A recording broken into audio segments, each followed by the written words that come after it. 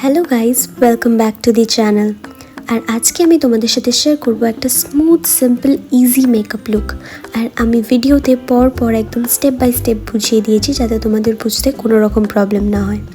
তো ফার্স্টেই মেকআপ করার আগে সবথেকে ইম্পর্ট্যান্ট হলো ময়শ্চারাইজার, যেটা তোমার স্কিনটাকে একদম গ্লোই একটা ফিনিশ দেবে, যাতে মেকআপটা খুব ভালোভাবে বসতে পারে। তো প্রথমেই আমি অ্যাপ্লাই করে নিচ্ছি একটা moisturiser.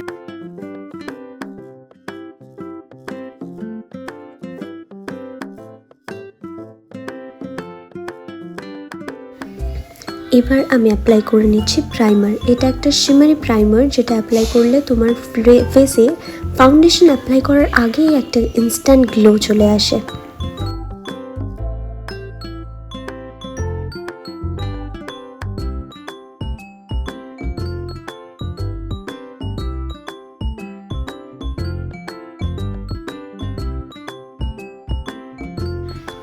Now it's time for foundation.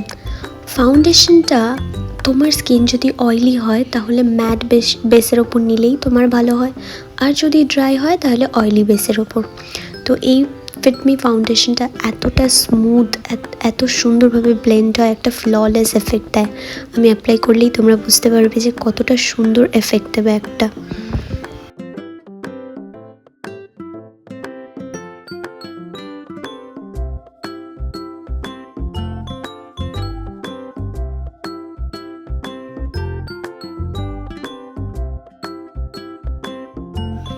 Just see the glow after using the foundation. এখন আমি অ্যাপ্লাই করছি কনসিলার। এটা একটা সুইস বিউটি কনসিলার। কনসিলারটা তোমরা সবসময় তোমাদের ফাউন্ডেশন শেডের থেকে 1 বা 2 শেড লাইটার নেবে, যাতে তোমাদের আন্ডার আইটা হাইলাইট হয়। তো আমি এটাকে ভালোভাবে আমার আন্ডার আইতে খুব অল্প পরিমাণে অ্যামাউন্টের প্রোডাক্ট নিয়ে আমি অ্যাপ্লাই করে নিচ্ছি।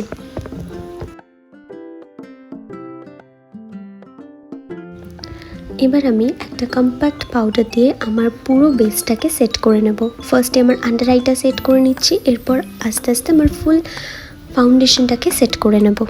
আর সবসময় মনে রাখবে, নেক কিন্তু বাদ দেওয়া যাবে না। নেকেও আমাদের সেম অ্যামাউন্টেরই ফাউন্ডেশন কম্প্যাক্ট লাগাতে হবে, আদারওয়াইজ ফেসের শেড আর নেকের শেড কিন্তু আলাদা হয়ে যাবে। তো এখন আমি অ্যাপ্লাই করছি জাস্ট লাইক আমার আইব্রোগুলোকে সেট করে নিচ্ছি, বিকজ আমার ব্রোজগুলো একদমই ইকুয়াল নয়, আনইভেন। তো খুব ইম্পর্টেন্ট ব্রাউজগুলোকে সেট করে নেওয়া।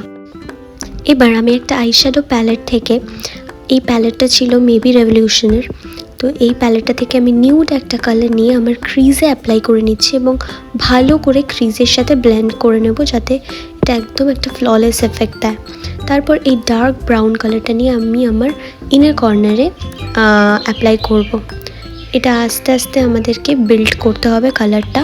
একদম যদি শুরুতেই বেশি করে প্রোডাক্ট নিয়ে তুমি ব্লেন্ড করা স্টার্ট করো, তাহলে কিন্তু খুব একটা ভালোভাবে ব্লেন্ড হবে না। অল্প অল্প প্রোডাক্ট নাও এবং আস্তে আস্তে ব্লেন্ড করো, তাহলে ব্লেন্ডটা স্মুথলি হয়ে যাবে। এবার এই পিঙ্ক শিমারটা নিয়ে আমি জাস্ট আমার আইলিডে অ্যাপ্লাই করে নেব। দেখবে একটা খুব সুন্দর এফেক্ট আসবে, তোমার আইশ্যাডোটা একদম স্মুথ দেখাবে। আমি একটাই খালি টিপ দেব যে সব সময় অল্প করে প্রোডাক্ট নাও এবং আস্তে আস্তে কালার বিল্ড করো। এরপর আমি কোনো আইলাইনার ইউজ করছি না, একটা অ্যাঙ্গেল ব্রাশ নিয়ে আমি ব্ল্যাক কালার আইশ্যাডো নিয়ে জাস্ট আমার আইলাইনারের জায়গাটায় জাস্ট আমি অ্যাপ্লাই করে নিচ্ছি।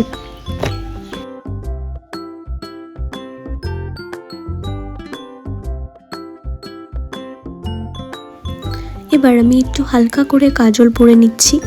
আর কাজল পরার পর আমি যে সেম ব্রাশটা অ্যাপ্লাই করেছিলাম আমার আইলিডে ব্ল্যাক কালারের আইশ্যাডোটা অ্যাপ্লাই করার জন্য, তো সেই সেম ব্রাশটা দিয়ে একটু অল্প ব্ল্যাক আইশ্যাডো নিয়ে আমি জাস্ট আমার কাজলটার উপর দিয়ে স্মাচ করে নিচ্ছি, যাতে কাজলটাও সেট হয়ে যায় এবং একটা সুন্দর স্মোকি লুক আসে।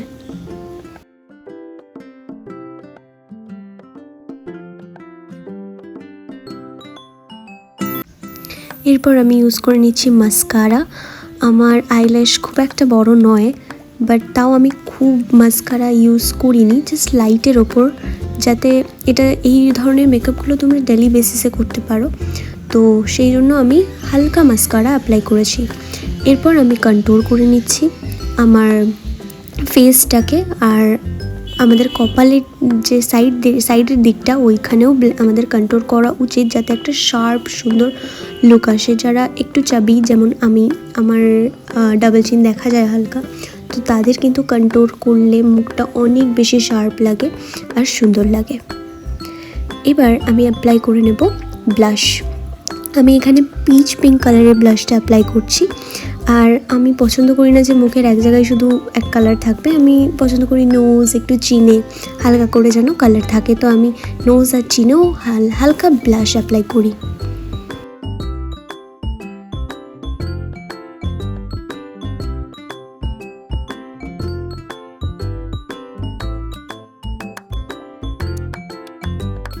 এবার মোস্ট ইম্পর্ট্যান্ট পার্ট, হাইলাইটার।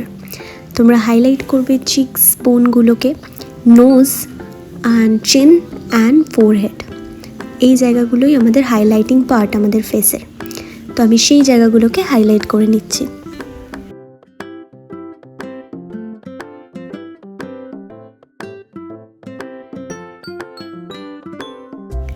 আমি যেহেতু আই মেকআপটা একটু ডার্ক কালারের উপর একটু শিমার অ্যাপ্লাই করেছি, তো সেই জন্য আমি লিপস্টিকটা খুব একটা ডিপ অ্যাপ্লাই করছি না, হালকা পিঙ্ক শেডের ওপরেই রেখেছি। আর এই হচ্ছে আমার ফাইনাল লুক।